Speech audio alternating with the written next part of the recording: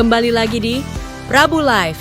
Yang mau kepo saksikan gosip-gosip hari ini, selamat menonton. Rekan-rekan media, di sini kami dari penasihat hukum Dr. Andreas Henry Situnggir dan juga merupakan penasihat hukum dari Dr. Reza Gladys yang keduanya sudah membuat laporan untuk Dr. Andreas Henry Situnggir di Polda Sumatera Utara dengan nomor LP 1400 tertanggal 8 Oktober 2024. Nah, jadi di sini saya bersama klien kami Dr. Andreas Henry Situnggir dan bersama jajaran DPP FSPTI KSPSI Indonesia yang dalam hal ini memberikan dukungan terhadap Dr. Andreas Henry Situnggir di Polda Sumatera Utara dalam hal laporannya tanggal 8 Oktober 2024. Jadi yang perlu kami sampaikan terhadap Dr. Andreas Henry Situnggir adalah bahwa proses tahapan yang sekarang, proses laporan Dr. Andreas sudah masuk dalam tahapan proses sidik. Dan informasi yang kami dapat besok mungkin ini informasi belum pasti.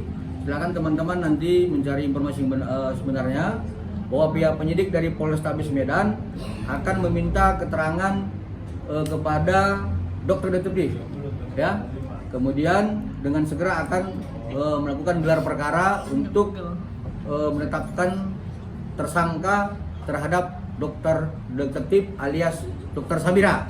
Jadi harapan kami dari proses penyelidikan dan penyidikan yang sudah begitu lama mulai Oktober, kami berharap bahwa dokter detektif ini alias dokter Samira agar dapat dengan segera ditahan. Artinya dengan mempertimbangkan pasal 21 ayat 1 KUHP dan kemudian perlakuan dokter detektif alias dokter Samira yang sudah mengulangi perbuatan pidana terhadap klien kami dan juga terhadap orang lain yang juga sudah melaporkan perlakuannya di Polres Jakarta Selatan maupun di Polda Metro Jaya.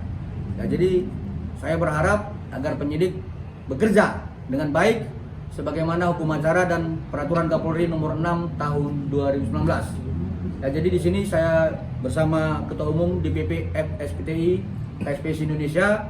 Saya mohon izin Tum memberikan pendapatnya pernyataan Tum. Baik, selamat malam buat kawan-kawan semua. Sebenarnya ini kasus ditangani oleh adinda kami, Julianis Sembiring.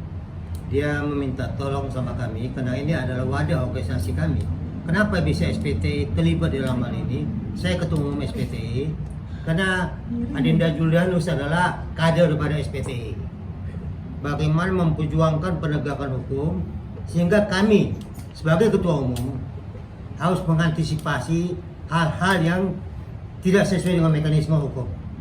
Jadi kami perlu jelaskan, menyangkut materi silakan adik jurnalis menjelaskan. Tapi dukungan kami dari Dewan Pimpinan Pusat Federasi Serikat Pekerja Transport Indonesia adalah bagaimana supaya perjuangan daripada klien pada saudara Julianus yaitu Dr. Andreas dan kawan-kawan supaya ini bisa ditegakkan. Indonesia adalah negara hukum. Kita harus tegakkan hukum di Indonesia. Itu aja mungkin dukungan kami. Baik, ada pertanyaan kawan-kawan? Silakan. Pak, ini kan untuk terkait masalah dokter Andreas, sedikit aja Pak. Mungkin banyak yang belum tahu ini apa sih kronologinya seperti apa sih? Oke. Jadi perlu kami jelaskan sebenarnya huru hara ini kan dimulai dari dokter detektif September 2024. Yang pertama sekali yang melakukan perlawanan terhadap perbuatan melawan hukum oleh akun dokter detektif adalah dokter Andreas. Ini biar dipahami gitu. Selama ini semua masih diam.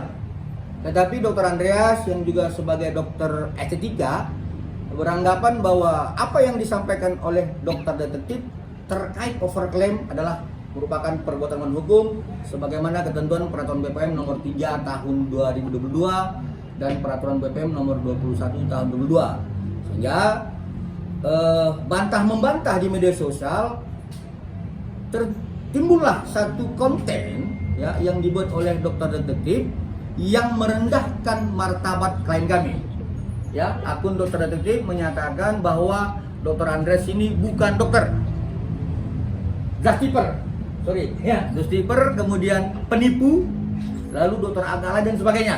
Sehingga kemudian Dr. Andreas melaporkan akun Dokter Detektif tertanggal 8 Oktober 2004 di Polda Sumatera Utara. Demikian. Ada yang lain? Dr. Andreas mungkin boleh